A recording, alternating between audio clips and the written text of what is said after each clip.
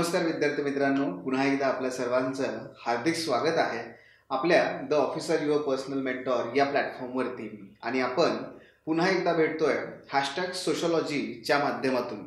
मित्रांनो, पाठीमागच्या आठवड्याभराचा एकूण आढावा आपण या #सोशोलॉजी अंतर्गत घेणार आहोत, की ज्याच्यामध्ये सोशोलॉजी ऑप्शनलची तयारी करत असताना करंट अफेअर्सचा कसा उपयोग करता येऊ शकतो आणि आपल्या उत्तरामध्ये एक ॲडव्हान्टेज किंवा एक एज आपल्याला त्याला कसा देता येऊ शकेल याविषयी आपण या सदरामध्ये चर्चा करतो आहोत. पुन्हा एकदा पाठीमागच्या 16 तारखेपासूनच्या काही घटना आणि त्यांचा एकूण सोशोलॉजीमध्ये असणारा रिलेव्हन्स आपण यामध्ये पाहणार आहोत. मित्रांनो, पाठीमागे एक महत्त्वाची जी काही न्यूज आहे पाठीमागच्या आठवड्यातली, ती म्हणजे सिव्हिल सोसायटीवरती आहे.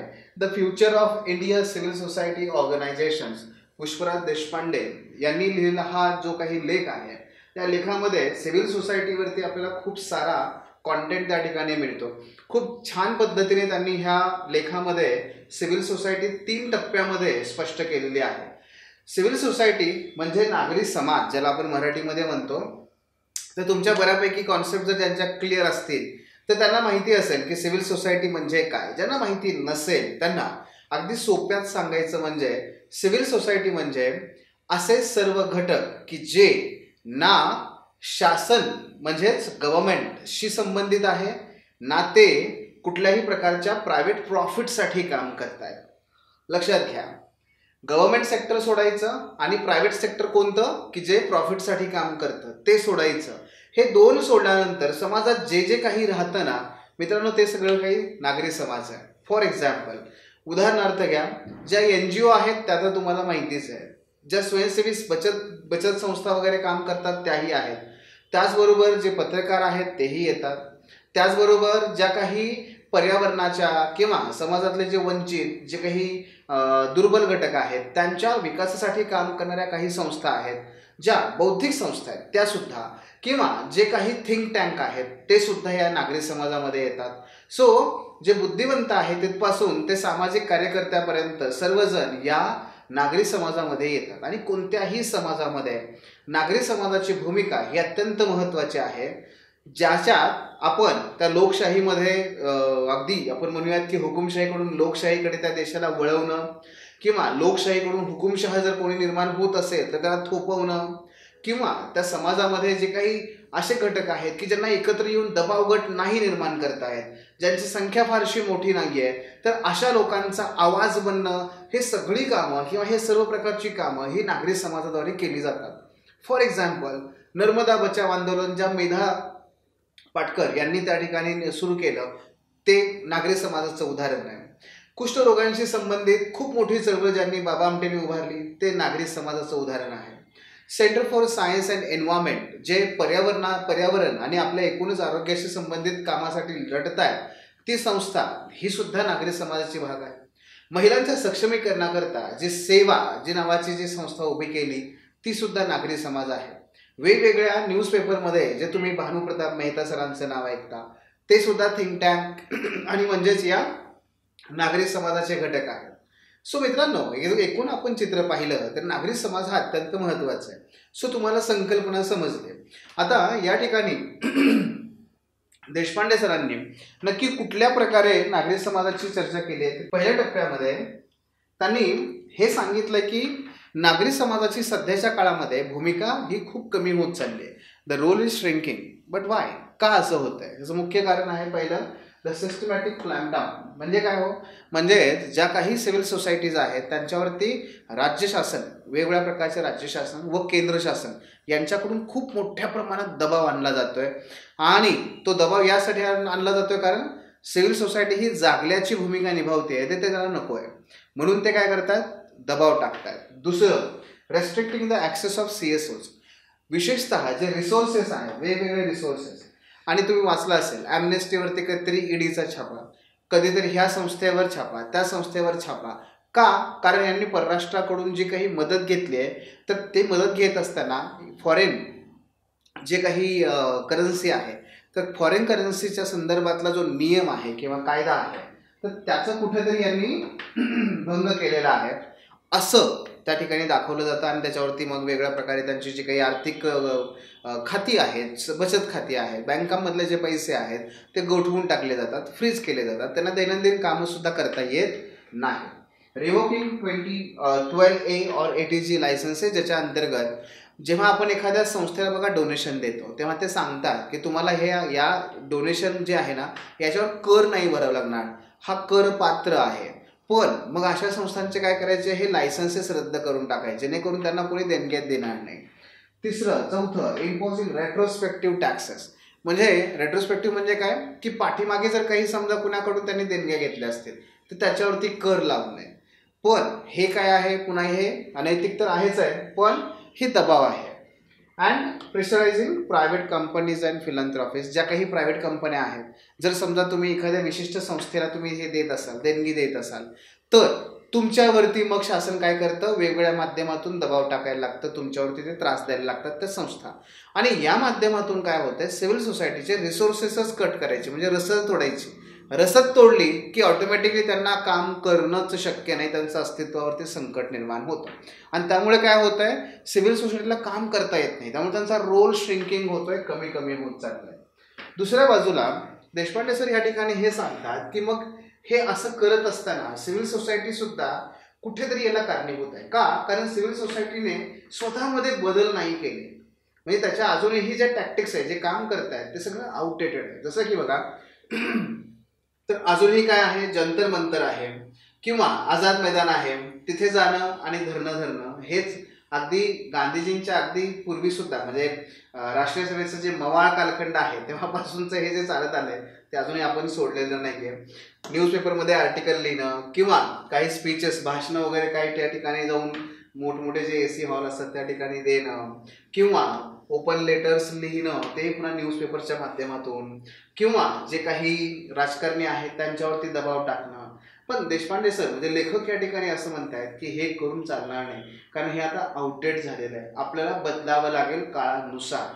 आणि त्याला उपायही सांगतात, फक्त तिथे ते टीका करत नाही आहे. तर ते म्हणतात की आता आपल्याला रिअलाइनमेंट गरजेची आहे. मग काय करावं लागेल रिअलाइनमेंटमध्ये?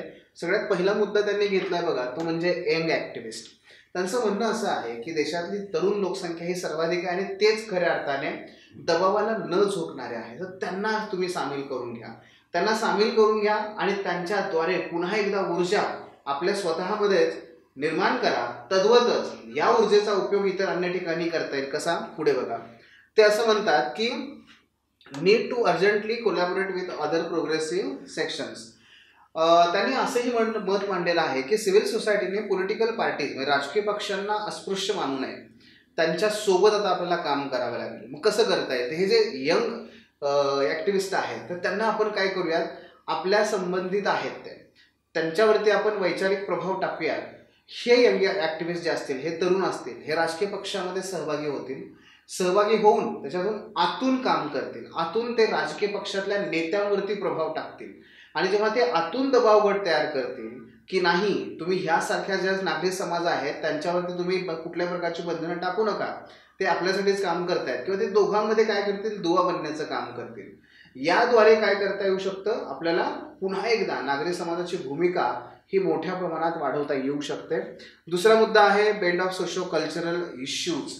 म्हणजे नागरिक समाजाने केवळ मूलभूत हक्क, आमचे हे राज्यघटनेने दिलेली कर्तव्य किंवा हे अधिकार आहेत, केवळ याच्या आधारावरती सातत्याने पुन्हा पुन्हा पुन्हा पुन्हा आवाज न करता त्यांनी काय करावं, तर ह्या राज्यघटनेच्या हक्कांना आता सामाजिक व आर्थिक प्रश्नांच्या संदर्भात जोडलं पाहिजे आणि त्याचे काय केलं पाहिजे, संमिश्रण तयार केलं पाहिजे. जेणेकरून काय होईल की सर्वसामान्य लोकांना हक्क माहीत नसतात. लक्षात घ्या, सर्वसामान्य लोकांना फंडामेंटल राईट काय आहे किंवा त्यांचे कर्तव्य काय, काही घेणदेण नसतं. त्यांना फक्त काय, त्यांच्या रोजीरोटीशीच अडचण असते किंवा संबंध असतो. मग इथे जसं फॉर एक्झाम्पल महात्मा गांधीजींनी स्वराज्य म्हणजे काय याची व्याख्या किती सुंदर केली. ते म्हणाले, स्वराज्य म्हणजे हे बघ बाबा, तुला काय होईल, तुझ्या मुलाबाळांना खायला प्यायला मिळेल, तुझ्या उघड्या नागड्या शरीरावरती तुला 2 कपडे मिळतील, तुला कसायला जमीन मिळेल, हे स्वराज्य. लोकांना हे महत्त्वाचं असतं, मग लोकांना हे पटतं आणि मग तेव्हा लोक काय करतात, आपलं सर्वस्व त्या ठिकाणी पणाला लावून तुमच्या मागे येतात आणि एक मोठं आंदोलन तिथे उभं राहतं. हे आपल्याला करावं लागेल. जर नागरी समाजाला पुढे जायचं आहे तर आपल्याला ते पुढे या पद्धतीने कामं करावी लागतील. मित्रांनो, नागरी समाजावरती तुम्हाला GS मध्ये क्वेश्चन आहेत, ऑप्शनलमध्ये क्वेश्चन आहेत दरवर्षी, आणि वेगवेगळ्या माध्यमातून तुम्हाला ते प्रश्न आहेत. तेव्हा या आर्टिकलला तुम्ही आणखी सखोलपणे वाचा. तुम्हाला त्यातले मी महत्त्वाचे मुद्दे या ठिकाणी सांगितलेलेच आहेत. हा एक मुद्दा होता. आपण नेक्स्ट इश्यू बघूया. तो म्हणजे हा सुसाईडवरती आहे. एक आर्टिकल छानपणे आलं होतं बघा. आयलूर के भक्तवत्सलम आणि फारुख कमल यांनी या ठिकाणी हे आर्टिकल लिहिलं होतं. आणि या आर्टिकलमध्ये विद्यार्थ्यांच्याद्वारे ज्या होणाऱ्या सुसाईड्स आहेत, विशेष करून IIT IIM यासारख्या क्षेत्रामध्ये, तर त्या संदर्भातलं त्यांनी विश्लेषण केलेलं आहे. आता हा सोशॉलॉजीमध्ये थेटपणे आपल्याला हा सुसाईड, जी दुर्खीम यांची थिअरी आहे, त्याच्याशी संबंधित आहे. त्याचबरोबर हा जो सिद्धांत किंवा हे जे मुद्दे आहेत, हे तुम्हाला जे बदलतं जे काही भारतीय समाजातील शैक्षणिक स्थान आहे, किंवा जे काही प्रेशराईज होत आहेत विद्यार्थी, जे शिक्षणामध्ये परिवर्तन येते, आणि दुसऱ्या बाजूला ज्या LPG मॉडेलमुळे किंवा ग्लोबलायझेशनमुळे ज्या काही महत्त्वाकांक्षा उंचावत आहेत पण त्या महत्त्वाकांक्षा पूर्ण होत नाही आहेत, तर अशा 2 ते 3 ठिकाणी तुम्हाला हा टॉपिक वापरता येईल सुसाईडचा. बघूया त्यांनी काय विश्लेषण केलं आहे. पहिलं त्यांनी सांगितलं आहे की साधारणपणे जर पारंपरिक पद्धतीने विचार केला तर पारंपरिक स्वरूपामध्ये आत्महत्या विद्यार्थी का करतात याची कारणं आपल्याला माहिती आहेत. कुठली आहेत? तर जसं की अकॅडमिक प्रेशर, दुसरं आहे फॅमिली सर्कमस्टन्सेस, काही कुटुंबात घडलं असेल वगैरे, काही पर्सनल रिझन असतील, प्रेम असेल किंवा प्रेमभंग झाला असेल, किंवा कुठल्या प्रकारचा डिफरंट काइंड ऑफ स्ट्रेस असेल, परीक्षेचा असेल स्ट्रेस किंवा फायनान्शियल असेल, आणि हॅरॅसमेंट्स असतील, जसं रॅगिंग असेल. ही तर सगळी कारणं आहेतच पारंपरिक. पण थोडंसं आपण जर समाजशास्त्रीय दृष्टिकोनातून पाहिलं तर त्यांनी कारणं इथं बघा वेगळ्या पद्धतीने सांगितले आहेत. की ते म्हणजे हेडिंग बघा इथे, कॅम्पसेस आर नाव इम्पर्सनल, म्हणजे ती पर्सनल राहिली नाही आहेत कॅम्पसेस. आपण असं म्हणायचो बघा, जेव्हा हॉस्टेलला मुलं राहतात वसतिगृहाला, ते काय म्हणतात, घरापासून दूर असे वसतिगृह. पण म्हणजेच काय, घरापासून दूर असं घर म्हणजे वसतिगृह. म्हणजे घराचीच फिलिंग आपल्याला वसतिगृहामध्ये यायची, हॉस्टेल्समध्ये यायची. पण आता तसं राहिलेलं नाही आहे. ते बदलतं आहे, आणि ते बदललं गेल्यामुळेच काय होतं आहे, विद्यार्थ्यांच्या आत्महत्या वाढत आहेत. मग घरामध्ये आपण पर्सनल रिलेशनशिप असतात, तिथे आपण अनौपचारिक राहतो, औपचारिक राहत नाही.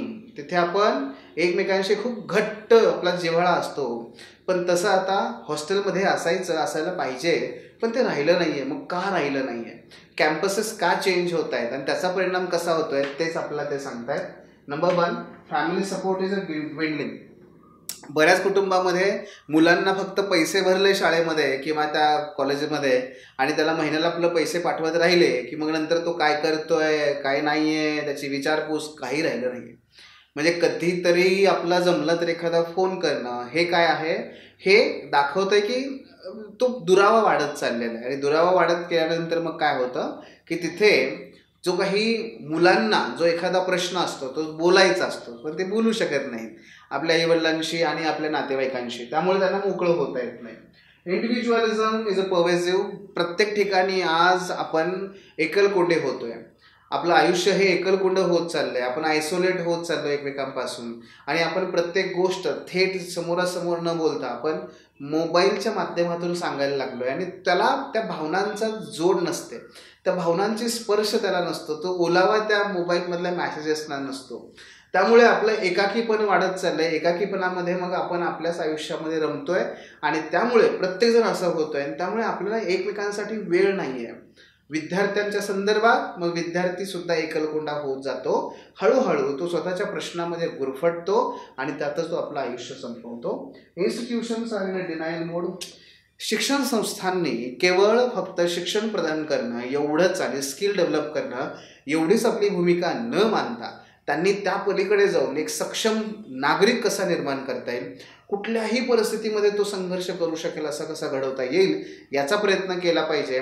पण संस्थांना असं वाटतं की आमच्या इथे जर विद्यार्थ्याने काय आत्महत्या केली तर ते आमचं अपयश आहे. तर नाही, आमचं अपयश नाही आहे, ते त्याचं काहीतरी पर्सनल आहे. अरे पण तुम्ही डिनाय नका करू. आम्ही तुम्हाला दोष पण देत नाही आहे, पण तुम्ही पुढे तरी किमान काहीतरी प्रयत्न करा. चौथा, नो मोर इन्फॉर्मल पीअर इंटरॅक्शन्स. म्हणजे क्लासरूममध्ये विशेषतः ज्या काही उच्च विद्या जे काही देणाऱ्या संस्था आहेत, जसं फॉर एक्झाम्पल IIT, IIM या ठिकाणी प्रचंड कॉम्पिटिशन एकमेकांमध्ये जर असेल तर डेफिनेटली हे विद्यार्थी एकमेकांशी थोडा वेळ देखील मोकळेपणाने बोलत नाहीत. आणि जर ते बोलतच नसतील तर डेफिनेटली पुन्हा एकदा जे पीअर टू पीअर कॉन्व्हर्सेशन व्हायला पाहिजे, मित्रामित्रांमध्ये हसत खेळत किंवा एकमेकांशी मतं आपली शेअर करता आली पाहिजेत, ते सुद्धा होत नाही. पुन्हा एकदा इंडिव्हिज्युअलिझम आला, एकमेकांशी कॉम्पिटिशन आलं. पुढचा मुद्दा, a highly formalised and standardised hierarchical structure. आपल्या शिक्षण संस्था म्हणजे एखाद्या कारखान्यांप्रमाणे बनत चाललेल्या आहेत की जिथे प्रत्येक गोष्ट ही एकदम सिस्टमॅटिक असेल, हायरार्की असेल, कोणी कोणाशी तिथे पर्सनल रिलेशनशिप ठेवायचं नाही. पण असं नाही आहे. शिक्षण हे हसत खेळतच घेता आलं पाहिजे.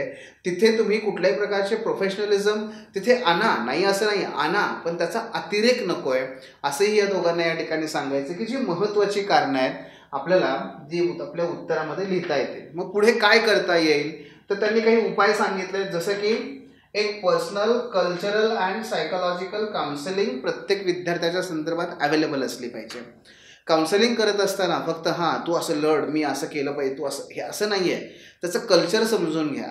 म्हणजेच काय, एखादा विद्यार्थी जर हा वंचित घटकातला आहे, तो एखाद्या अल्पसंख्याक धार्मिक समुदायातला आहे, तो मुलगी आहे, मुलगा आहे, तृतीयपंथी आहे, कोण आहे, त्याचं सगळं सोशल सेटिंग लक्षात घ्या. त्याच्यानुसार ते काउन्सिलिंग झालं पाहिजे. आणि म्हणूनच असं म्हटलं जातं की सिम्पती नका दाखवू, एम्पथी दाखवा. त्याच्या ठिकाणी स्वतःला स्थानापन्न करा, समजून घ्या त्याचे प्रश्न आणि मग त्याला काहीतरी त्या ठिकाणी सुचवा.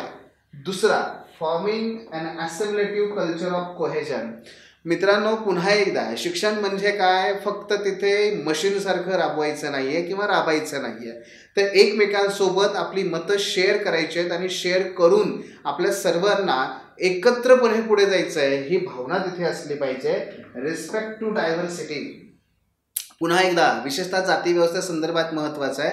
जाती व्यवस्था ही भारतामध्ये निश्चितपणे फार प्रखर आहे, पण आपण ह्या वेगवेगळ्या जातींचा, वेगवेगळ्या धर्मांचा, वेगवेगळ्या संस्कृतींचा आदर राखूयात आणि त्यांच्या पलीकडे जाऊन आपण एकमेकांना विद्यार्थी म्हणून, आपण एकमेकांना माणूस म्हणून त्या ठिकाणी आदर देऊयात, हे केलं पाहिजे. आणि कोड ऑफ कॅम्पस एथिक्स, काही एथिकल कोड असले पाहिजेत की जे विद्यार्थ्यांना गेल्या सांगितले गेले पाहिजेत. ते का महत्त्वाचे आहे आणि त्यांचं उल्लंघन झालं तर काय होऊ शकतं हे सुद्धा विद्यार्थ्यांना माहिती असणं अपेक्षित आहे. मित्रांनो, या पद्धतीने ह्या खूप सुंदरपणे हा जो लेख आहे तो त्या ठिकाणी त्यांनी सांगितलेला आहे. त्यानंतर आपण पुढे आणखी एक महत्त्वाची बातमी या ठिकाणी पाहणार आहोत किंवा न्यूज पाहणार आहोत, ती म्हणजे श्रीलंकेच्या संदर्भात. ही मुद्दाम आपण त्या ठिकाणी मराठीतून दिलेली आहे. याचं कारण असं आहे, आपण हळूहळू काय करतोय, इंग्लिश आणि मराठी हे बायफर्केट करत जाणार आहोत, पण सुरुवातीला ह्या दोन्ही लँग्वेजेसमध्ये आपण तो अभ्यास करतोय. श्रीलंकेचे संकट. जर तुम्हाला माहिती असतील तर ही न्यूज होती बघा, Sri Lanka at 75 is failed state. आता हे फेल्ड स्टेट म्हणजे काय, ही पहिली मुद्दा. दुसरं, असं कोणी म्हटलं तर कुमारतुंगा ज्या माजी राष्ट्रपती होत्या, तर त्यांनी असं हे वाक्य त्या ठिकाणी म्हणलेलं आहे. आता फेल्ड स्टेट, मग आपल्याला सोशॉलॉजीमध्ये जी स्टेट नावाची कॉन्सेप्ट आहे, नेशन स्टेट, तर तिथेही तुम्हाला उपयोगाला येईल. एथनिसिटीची जी कॉन्सेप्ट आहे तिथेही तुम्हाला याचा उपयोग होईल. आणि त्याचबरोबर डेव्हलपमेंट ॲज अ डिपेंडन्सी, तर ह्या संदर्भात सुद्धा तुम्हाला याचा उपयोग होऊ शकतो. तर इथे दोन मुद्दे आहेत बघा महत्त्वाचे, की त्यांनी याला फेल्ड स्टेट म्हटलेलं आहे. मग श्रीलंका हे फेल्ड स्टेट आहे, तर ते का आहे, तर त्या म्हणतात की 1948 हेवा वाटावा असा आमचा श्रीलंका होता, पण आता मात्र ते फेल्ड स्टेट आहे, अयशस्वी राज्य आहे. 2019 येमेन हे जगातलं सर्वाधिक फेल्ड म्हणजे सर्वाधिक अयशस्वी असं राज्य होतं. त्यानंतर सोमालिया आणि आफ्रिकेतल्या अनेक राज्यांचं, देशांचं याच्यामध्ये आपल्याला उदाहरणं सांगता येतात. मग फेल्ड स्टेट म्हणजे काय हो, तर सगळ्यात महत्त्वाचं आहे बघा, त्याची व्याख्या आपण पाहूया. अयशस्वी राज्य म्हणजे असे सरकार की जे सार्वभौम असतं पण ते सार्वभौम असणाऱ्या राष्ट्राची मूलभूत कार्य आणि जबाबदाऱ्या, जसं की त्या देशाचं संरक्षण, कायद्यांची अंमलबजावणी, आर्थिक स्थैर्य, शिक्षण, न्याय इत्यादी ज्या अत्यंत महत्त्वाच्या बाबी आहेत, ज्या अत्यंत महत्त्वाच्या जबाबदाऱ्या आहेत त्या राज्याच्या, त्या शासनाच्या, ते पार पाडण्यामध्ये असक्षम असतं, म्हणजे सक्षम नसतं. म्हणजेच काय होतं की ते सरकार त्या देशाचं लष्करी संरक्षण करू शकत नाही, ते सरकार त्या देशातल्या लोकांच्या मूलभूत गरजा पूर्ण करण्यामध्ये अपयशी ठरतं. अशा सरकारला, अशा शासनाला फेल्ड स्टेट असं म्हणतात. आणि हे फेल्ड स्टेटची आपल्याला अनुभूती श्रीलंकेमध्ये पाठीमागे पाहता आली. सो हे श्रीलंकेची स्थिती आहे. आणि असं का झालं तर कुमारतुंगा यांनी 2 महत्त्वाची कारणं सांगितलेली आहेत. पहिलं म्हणजे की जो श्रीलंका आहे तो सामाजिक आणि सांस्कृतिक क्षेत्रात मागासलेल्या अर्धसरंजामी समाजाच्या पद्धतीमध्ये अजूनही अडकलेला आहे. त्यांचं म्हणणं असं आहे की 1948ला आपल्याला स्वातंत्र्य मिळालं, खूप चांगली संधी होती. सिंहला आणि बुद्धिस्ट तिथले जे काही प्रमुख आहेत समुदाय त्यांच्याकडे की ह्या देशाला एक वेगळी दिशा देण्याची, पण नाही, ते परत पाठीमागे अर्धसरंजामदारी त्याच मध्ययुगीन समाजाच्याच दिशेने ते निघून गेले आणि अजूनही श्रीलंका त्यातून बाहेर पडलेला नाही. त्यांनी एक उदाहरण दिलं आहे, ते म्हणजे गेल्या 75 वर्षात भारताची बघा प्रगती कुठे आहे आणि आपण कुठे आहोत, म्हणजे श्रीलंका कुठे आहे. आणि मुख्य कारण असं आहे, त्या म्हणतात की श्रीलंकेमध्ये 75 वर्षात केवळ 4 ते 5 महत्त्वाची कुटुंब आहेत, त्यातूनच सगळे राजकीय नेते राष्ट्राध्यक्ष बनलेले आहेत, कोणी पंतप्रधान बनलेलं आहे, हे सगळं तिथूनच आहे. आणि हे काय दाखवतं, त्या 4 ते 5 कुटुंबांचीच मक्तेदारी दाखवतं, त्या 4 ते 5 कुटुंबांच्या हातातली शक्ती दाखवतं. त्या स्वतः त्या एका कुटुंबातून आलेल्या आहेत, पण त्या स्वतःच्या कुटुंबावरती सुद्धा टीका करतायत. आणि दुसरं असं त्या म्हणतायत की इथे जे काही श्रीलंकन सरकार आहे, श्रीलंकन समाज आहे, तो अपयशी ठरला. कशामध्ये तर एक बहुलतावादी राज्य निर्माण करण्यामध्ये. बहुलतावादी म्हणजे काय, प्लुरलिस्ट.